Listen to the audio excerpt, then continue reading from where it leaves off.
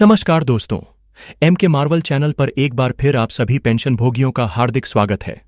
आज हम आपके लिए पेंशन धारकों से जुड़ी दो बेहद महत्वपूर्ण और ताज़ा अपडेट्स लेकर आए हैं, जिन पर हर पेंशन भोगी की नज़र है। ईपीएस 95 पेंशन धारकों का दिल्ली में बड़ा आंदोलन। जानें पूरी बात। सबसे पहले बात करते हैं ईपीएस 95 के पेंशन धारकों के लिए आ रही एक बड़ी खबर की। राष्ट्रीय संघर्ष समिति (एनआईसी) के बैनर तले दिल्ली के जंतर मंतर पर एक विशाल आंदोलन की घोषणा कर दी गई है। यह आंदोलन 4 अगस्त से शुरू होने जा रहा है और इसका उद्देश्य ईपीएस 95 पेंशन धारकों की लंबित मांगों को सरकार तक पहुंचाना है। आंदोलन की पृष्ठभूमि और राष्ट्रीय संघर्ष समिति की घोषणा। ईपीएस 95 के पेंशन धारक लंबे समय से अपनी मांगों को लेकर संघर्षरत हैं। राष्ट्रीय संघर्ष समिति इस आंदोलन की अगुवाई कर रही है।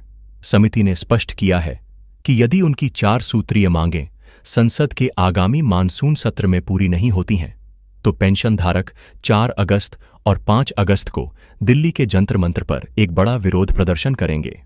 राष्ट्रीय संघर्ष समिति के राष्ट्रीय अध्यक्ष कमांडर अशोक जी रावत ने इस आंदोलन की घोषणा की है। उन्होंने जानकारी दी है कि एनआईसी समिति ने एक लिखित पत्र भी जारी किया है, जिसमें आंदोलन की पूरी रूपरेखा बताई गई है।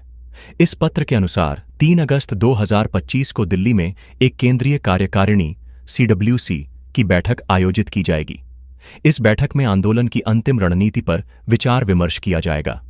इसके बाद 4 अगस्त और 5 अगस्त को दिल्ली के जंतर मंतर पर ईपीएस 95 पेंशन धारकों की मांगों को लेकर एक विशाल धरना प्रदर्शन आयोजित करने की योजना है। यह आंदोलन करो या मरो की तर्ज पर किया जाएगा, जिसमें पेंशन धारक अपनी मांगों को मनवाने के लिए पूरी शक्ति लगाएंगे।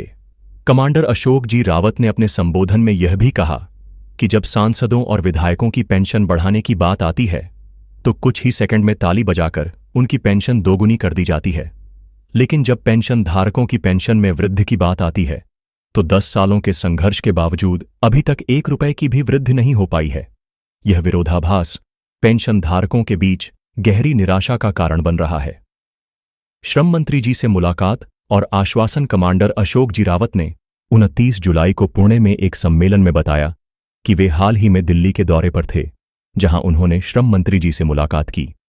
श्रम मंत्री जी ने उन्हें आश्वासन दिया कि ईपीएस 95 पेंशन धारकों की मांगों को लेकर श्रम मंत्रालय की ओर से एक प्रस्ताव तैयार है। हालांकि इस प्रस्ताव में ईपीएस 95 पेंशन धारकों की न्यूनतम पेंशन के लिए जो मांग 17,500 रुपये प्लस महंगाई भत्ता (डीए) है, उसमें थोड़ी कमी है।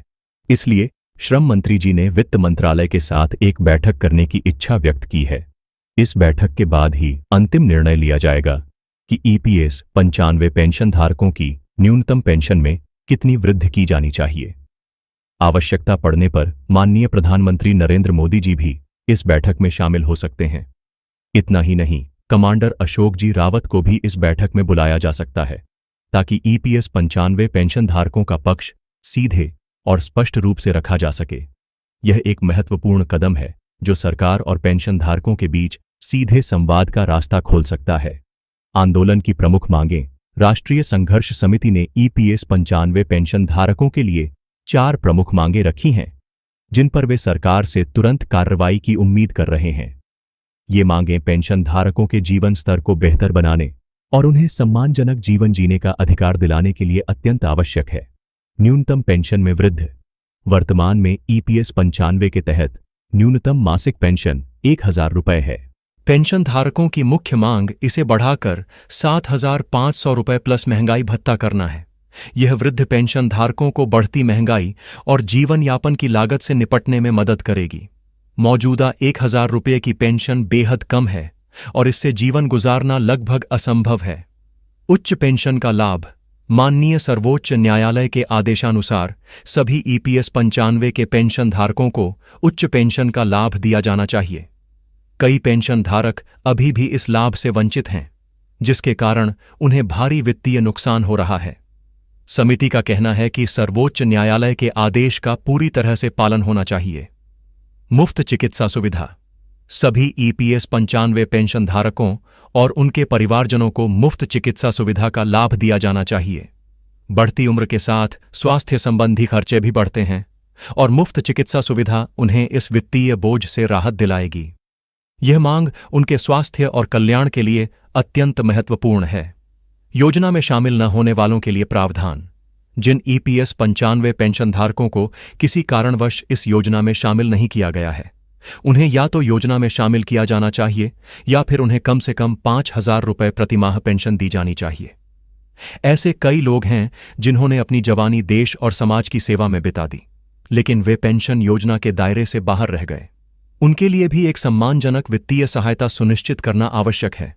यह आंदोलन न केवल पेंशन धारकों की आर्थिक स्थिति को सुधारने का प्रयास है, बल्कि यह उन्हें सामाजिक न्याय और सम्मान दिलाने की भी लड़ाई है। पेंशनधारक आशा कर रहे हैं कि सरकार उनकी मांगों पर गंभीरता से विचार करेगी और जल्द ही कोई सकारात्मक निर्णय लेगी। यदि ऐसा नहीं होता है तो दिल्ली के जंतर मंतर पर 4 और 5 अगस्त को एक ऐतिहासिक और विशाल प्रदर्शन देखने को मिल सकता है। 8वें वेतन आयोग की मंजूरी के बाद पेंशन में 186% की बढ़ोतरी। एक नया अध्याय। अब बात करते हैं दूसरी बड़ी खबर की, जो देश भर के लाखों केंद्रीय कर्मचारियों और पेंशन भोगियों के लिए एक नई उम्मीद लेकर आई है।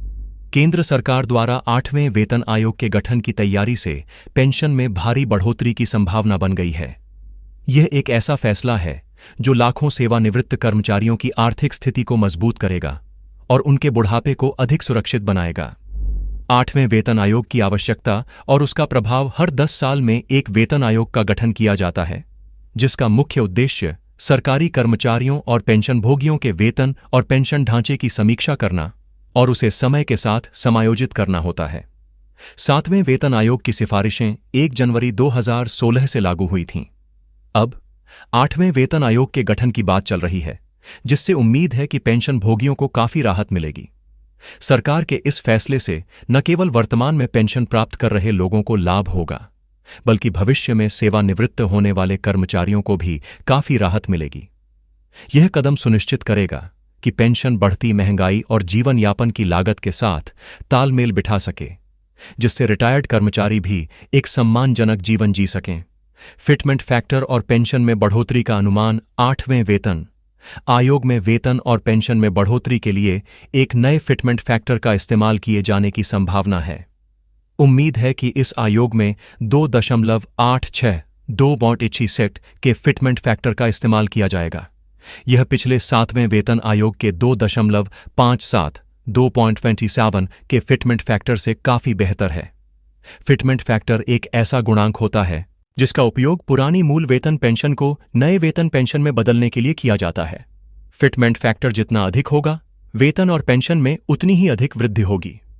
7वें वेतन आयोग के अनुसार वर्तमान में केंद्रीय कर्मचारियों और पेंशन भोगियों को न्यूनतम मासिक 9,000 रुपये की पेंशन निर्धारित की गई है, जबकि अधिकतम मासिक पेंशन 1,25,000 रुपये है।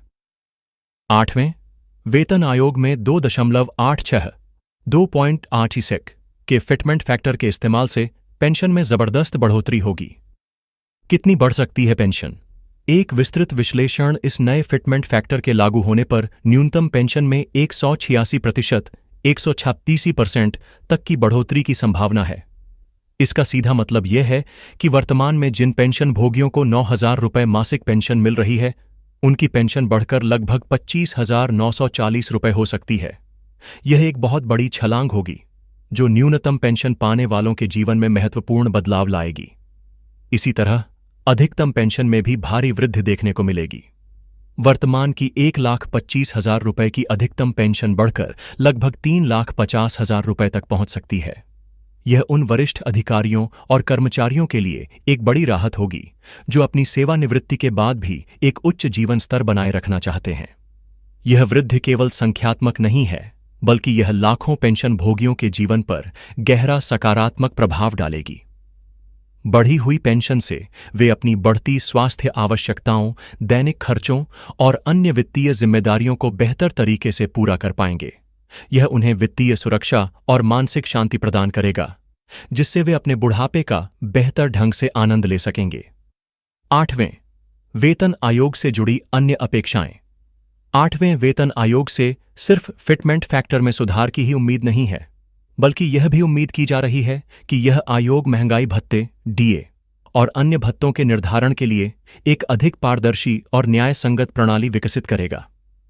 महंगाई भत्ता मुद्रास्फीति के प्रभावों को संतुलित करने के लिए एक महत्वपूर्ण घटक है और इसे प्रभावी ढंग से समायोजित किया जाना आवश्यक है। इसके अलावा पेंशन भोगियों को सेवानिवृत्ति के बाद मिलने वाले जैसे ग्रेच्युटी और कम्यूटेशन की भी समीक्षा होने की उम्मीद है। इन लाभों को भी समय समय पर अद्यतन किया जाना चाहिए ताकि वे मौजूदा आर्थिक परिस्थितियों के अनुरूप रहें। आगे की राह। 8वें, वेतन आयोग का गठन एक लंबा और जटिल प्रक्रिया हो सकती है, लेकिन इसकी घोषणा मात्र से ही कर्मचारियों और पेंशन भोगियों में आशा की किरण जगी है।